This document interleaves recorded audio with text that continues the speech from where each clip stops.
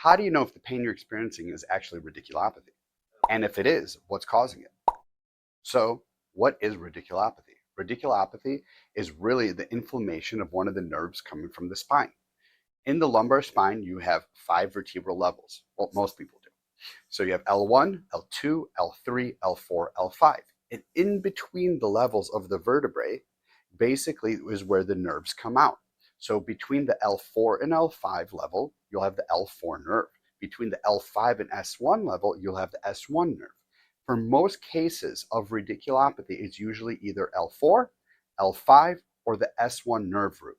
And one easy way to determine if this is your kind of pain is a pain or a sensation. So it could be tingling, it could be numbness, it could be a shooting pain, an electric-like pain down your leg. Usually one side versus both sides. And when it goes down your leg, it goes down certain patterns. So what causes radiculopathy? A lot of times radiculopathy is called from a plethora of things that occur in the lumbar spine. So let's say you have a disc bulge. A disc bulge could be pushing on a nerve, causing radiculopathy, or compressing of the nerve, or causing inflammation of that nerve. You could have a disc tear. And when you have a disc tear, every time you go do any kind of yard work or anything of that nature, and it causes a little bit of the jelly to kind of squeeze out of the disc and onto that nerve, it could cause a chemical radiculitis, or inflammation of that nerve with the chemical irritation of the disc material.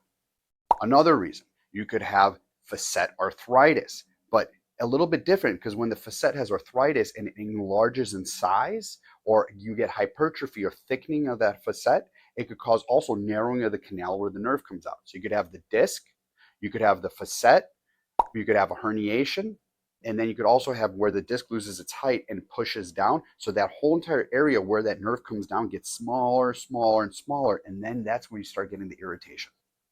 So you think you have radiculopathy. How do you evaluate whether you have it or not?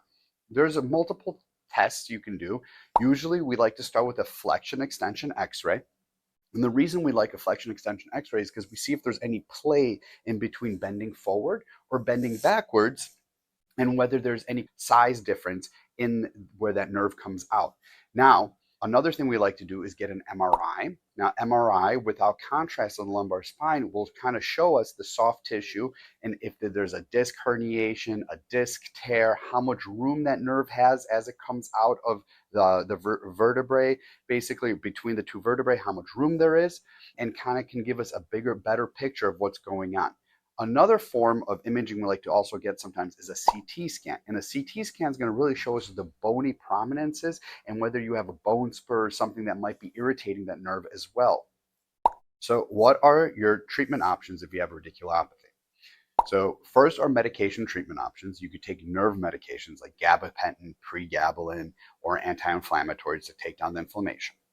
You can get an epidural steroid injection, most commonly or most effectively a transforaminal, or coming through the foramen on the side.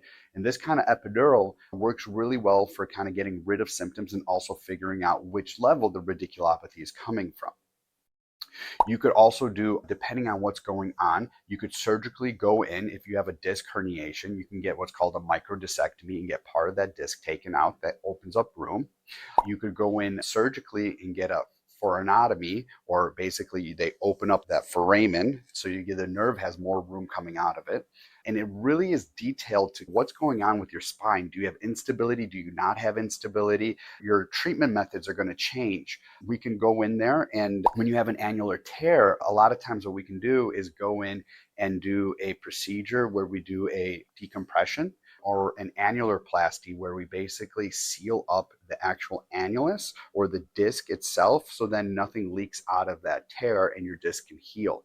Again, it's very specific to what's going on with you, and that's why you need good imaging and somebody that knows what they're doing to kind of evaluate you, to then kind of tell you, hey, this is step one. Let's work our way to something a little bit bigger. If step one works, there's no point of doing step two, and then go up to step two, step three. And sometimes it is the case where you will need surgery, and you might even need a fusion to take care of it. So how do you know your symptoms are radiculopathy or not something else?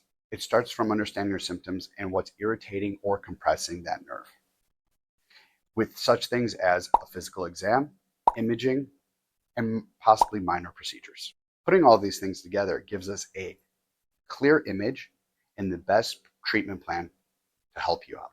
Once we identify the cause, we can put a treatment plan together for you and get you out of pain. I'm Dr. Aleksander Pecherek with Total Spine and Orthopedics. If you're experiencing pain or numbness running down your arm or your leg, a proper evaluation can help determine what is the cause and the proper treatment.